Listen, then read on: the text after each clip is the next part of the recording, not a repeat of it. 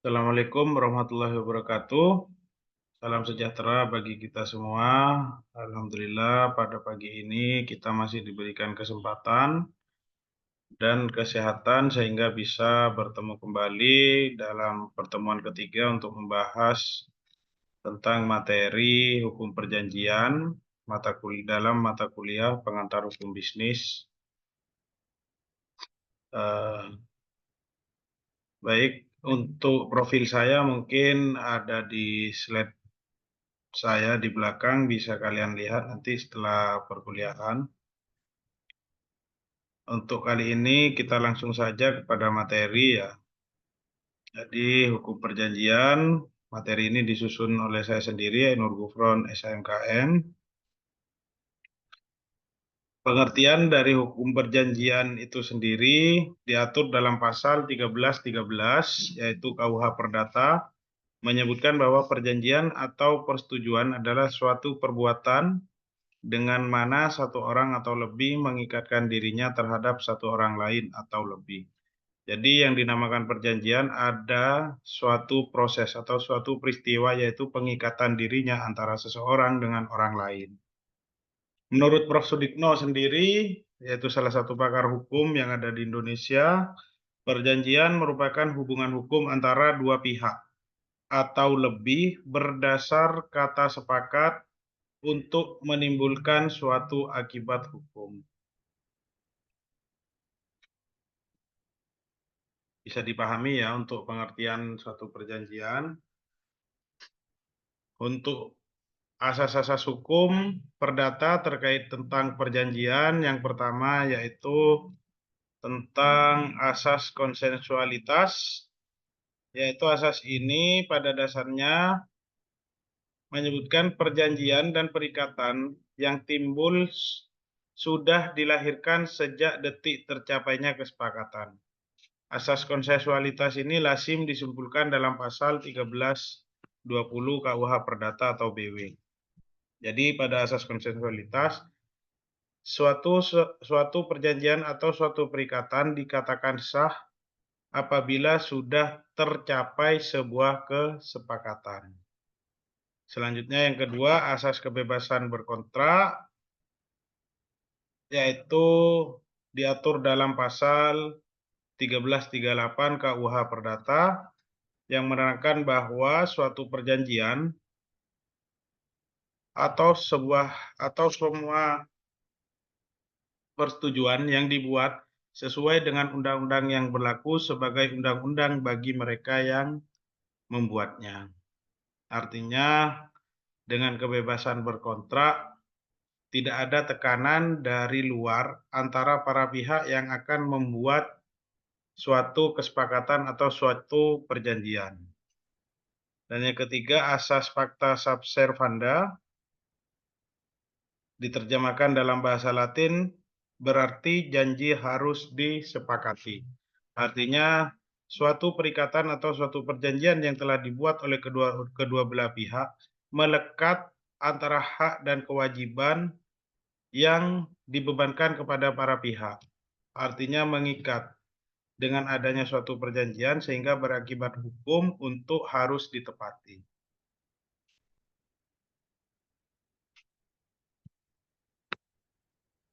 Selanjutnya asas itikat baik, yaitu itikat untuk melaksanakan perjanjian harus mempunyai maksud baik atau niat baik. Jadi tidak diperbolehkan untuk melakukan suatu perjanjian dengan itikat yang tidak baik, dengan niat buruk, misalkan niat dengan membuat suatu perjanjian dengan niat akan menipu seseorang atau mengelabui seseorang sehingga orang tersebut mengalami sebuah kerugian. Dan yang kelima, asas kepribadian diatur dalam 1315 KUH Perdata menerangkan bahwa pada umumnya seseorang tidak dapat mengadakan pengikatan atau perjanjian selain untuk dirinya sendiri. Jadi seseorang tidak dapat mengadakan pengikatan atau perjanjian selain untuk dirinya sendiri.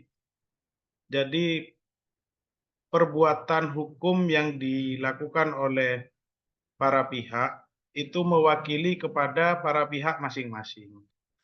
Tapi ada pengecualian dalam pasal 1340 menerangkan bahwa persetujuan hanya berlaku untuk para pihak yang membuatnya. Persetujuan tidak dapat merugikan pihak ketiga.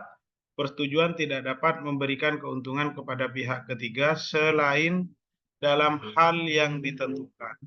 Contohnya seperti surat kuasa. Jadi surat kuasa, seseorang yang menerima surat kuasa itu bisa mewakili kehendak orang yang memberikan kuasa untuk melakukan suatu perjanjian. Bisa dipahami. Selanjutnya, syarat sahnya suatu perjanjian diatur dalam pasal 1320 KUH Perdata atau BW, yaitu secara ada 4 syarat ya di sini. Tapi terbagi menjadi syarat subjektif dan syarat objektif. Dalam syarat subjektif ada 2 syarat, yaitu suatu syarat yang apabila tidak terpenuhi dapat mengakibatkan kontrak atau perjanjian dapat dibatalkan. Yang pertama yaitu ada sepakat untuk mengikatkan dirinya. Dan yang kedua, cakap untuk membuat suatu perjanjian. Syarat objektifnya yaitu yang ketiga mengenai suatu hal tertentu, dan yang keempat suatu sebab yang halal. Artinya dalam melakukan syarat untuk melakukan suatu perjanjian, objek yang diperjanjikan harus benar. Maksudnya benar atau dalam berarti halal, dikatakan halal, tidak melanggar aturan hukum yang ada. Contohnya misalkan dalam jual beli tidak memperbolehkan jual beli objek atau barang yang haram. Cakap dalam syarat yang kedua artinya dia telah memenuhi telah memenuhi unsur seseorang sudah dianggap dewasa oleh undang-undang.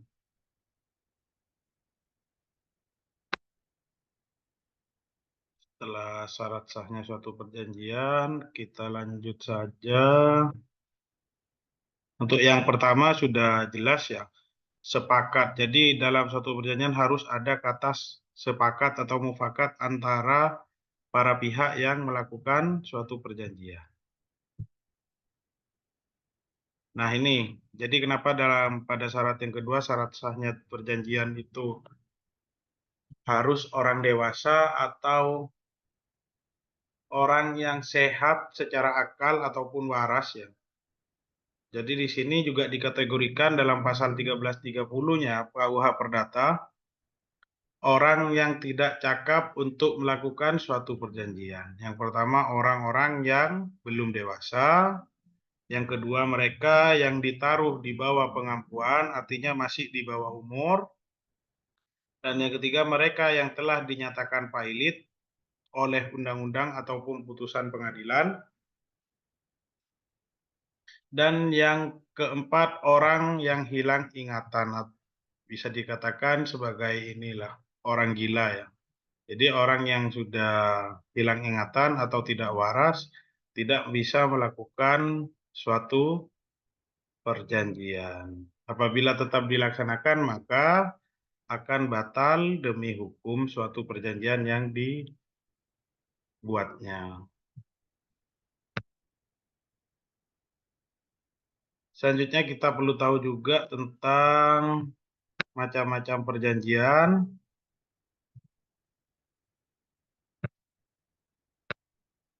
yaitu yang macam-macam perjanjian terbagi menjadi 2 kelompok. Yang pertama perjanjian obligatoir dan perjanjian non-obligatoir. Apa itu obligatoir? Perjanjian obligatoir adalah perjanjian yang mewajibkan seseorang untuk menyerahkan atau membayar sesuatu. Terdapat 4 macam perjanjian obligatoir. Yang pertama perjanjian sepihak dan perjanjian timbal balik. Yaitu perjanjian sepihak adalah perjanjian yang membebankan prestasi kepada suatu pihak, sedangkan perjanjian timbal balik adalah perjanjian yang membebankan prestasi antara kedua belah pihak. Selanjutnya ada perjanjian cuma-cuma, yaitu perjanjian di mana pihak yang suatu memberikan suatu keuntungan kepada pihak yang lain tanpa menerima suatu manfaat bagi dirinya. Sementara perjanjian atas beban adalah perjanjian yang mewajibkan masing-masing pihak memberikan sebuah timbal balik atau memberikan sebuah prestasi.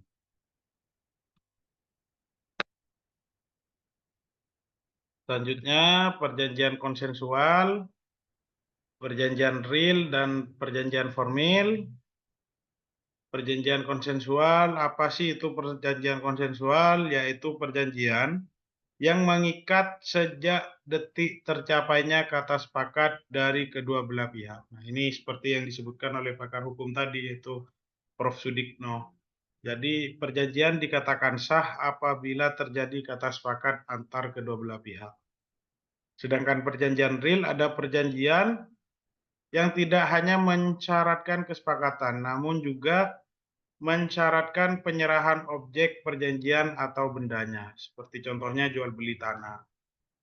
Jadi tidak hanya dia melakukan sebuah perjanjian jual beli tanah, tapi juga menyerahkan hak atas tanahnya kepada orang yang membelinya. Perjanjian formil yaitu perjanjian yang harus dibuat dalam bentuk dan tata cara tertentu agar memiliki kekuatan hukum tetap. Ini contohnya juga seperti perjanjian yang harus dibuat di hadapan notaris atau di hadapan pejabat berwenang yang seperti PPAT, notaris, contohnya ya seperti perjanjian jual beli tanah. Selanjutnya ada perjanjian bernama, perjanjian tak bernama, dan perjanjian campuran. Perjanjian bernama dan perjanji adalah perjanjian yang secara khusus diatur dalam undang-undang, contohnya seperti sewa menyewa. Jadi perjanjian bernama ini, nama-nama perjanjiannya itu telah diatur di dalam undang-undang. Saya ambil contoh di sini sewa menyewa. Sedangkan perjanjian tak bernama adalah perjanjian yang tidak diatur secara khusus di dalam undang-undang. Misalkan kesepakatan, yaitu perjanjian kontrak untuk seperti halnya pada era modern ini, contohnya seperti promosi selebgram untuk promosi produk dari pemilik produk, itu tidak diatur di undang-undang.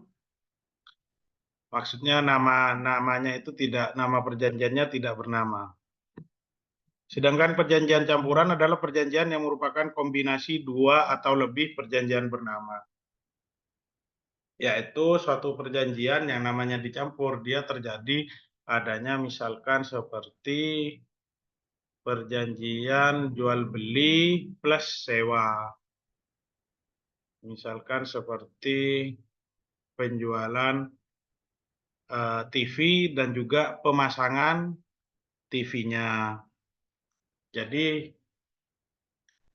jelas di situ ada perjanjiannya, perjanjian jual beli, dan juga ada perjanjian jasa, yaitu jasa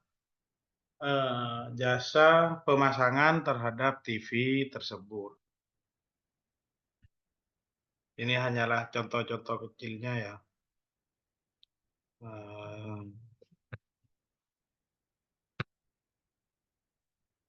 Nah, untuk macam-macam perjanjian non obligatoir, saya di sini ambil contoh-contohnya. Non obligatoir itu perjanjian yang tidak mewajibkan seseorang untuk menyerahkan atau membayar sesuatu. Contoh perjanjian non obligatoir terbagi atas yang pertama notulen rapat, contohnya jadi catatan atau dokumentasi yang patut atau juga harus disepakati atau harus diikuti karena telah disepakati. Yang kedua kesepakatan informal atau lisan. Setelah itu yang ketiga surat pernyataan niat. Jadi surat pernyataan niat itu adalah surat yang dibuat oleh seseorang untuk yang berniat untuk melakukan sesuatu di belakang hari. Jadi perjanjian ini seperti surat pernyataan niat tidak bisa misalkan tidak dilaksanakan maka tidak dikenai sanksi hukum.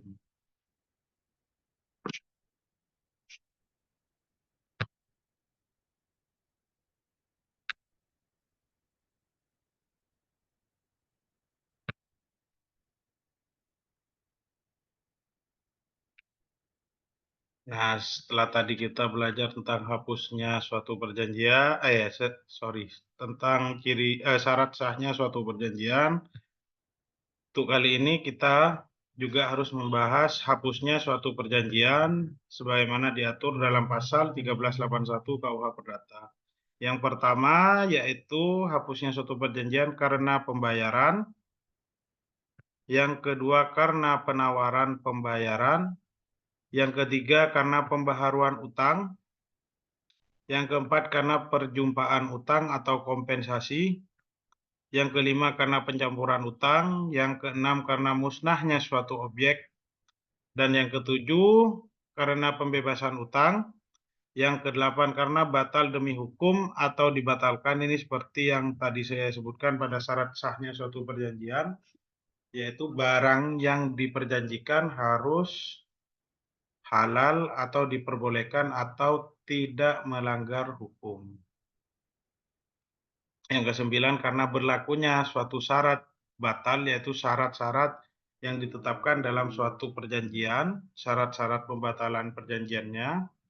Yang ke-10 karena kadaluarsa yang membebaskan. Selanjutnya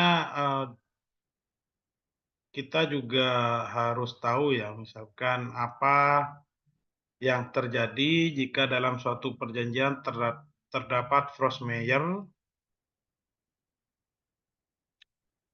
Jadi force majeure ini adalah suatu keadaan mendesak atau yang mendadak terjadi sehingga menyebabkan kerugian kepada para pihak yang melakukan suatu perjanjian. Contohnya seperti bencana alam. Jadi kita telisik lagi. Dalam KUH Perdata memang tidak mengatur force majeure secara eksplisit. Force majeure diatur dalam pasal 1244, 1245 KUH Perdata. Menyatakan bahwa debitur tidak wajib mengganti kerugian jika ia tidak dapat melaksanakan perjanjian karena alasan di luar kemampuannya dan tidak ada itikat buruk. Jadi apabila terjadi force majeure harus memperhatikan tentang dari pasal 1244 dan 1245. Apakah ada itikat buruk ataupun karena ada alasan di luar kemampuannya. Selanjutnya syarat force majeure yaitu yang pertama kejadian tidak dapat diperkirakan sebelumnya. Selanjutnya unsur yang kedua tidak dapat dihindari atau dicegah. Jadi contohnya seperti bencana alam, apabila terjadi sebuah bencana alam maka tidak dapat dihindari ataupun jangankan dihindari, dicegah juga tidak bisa. Jadi bukan kesalahan atau kelalaian pihak yang mengklaim force majeure. Dan yang keempat harus dibuktikan. Yang namanya hukum harus dibuktikan bahwa memang benar-benar terjadinya sebuah prestasi atau kerugian itu karena sebuah kejadian force majeure.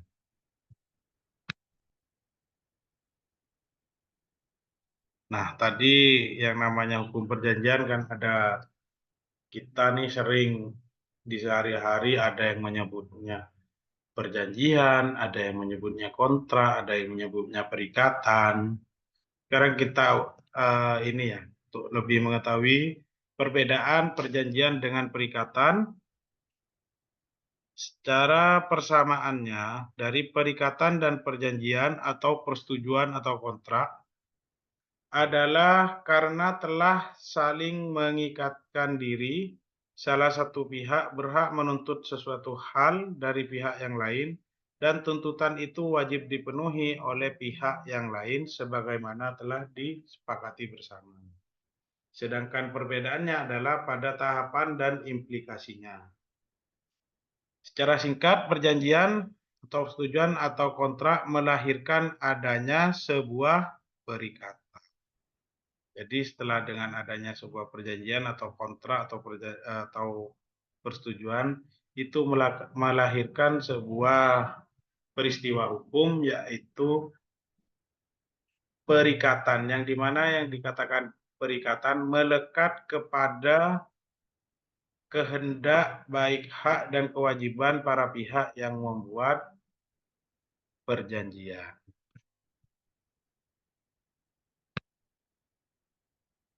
Nah, baik, terima kasih untuk waktunya. Pada kesempatan kali ini kita telah mempelajari tentang hukum perjanjian. Ini sedikit tentang biografi saya ya. Mungkin bisa dilihat sendiri tentang biografi. Terima kasih sekali lagi atas waktunya.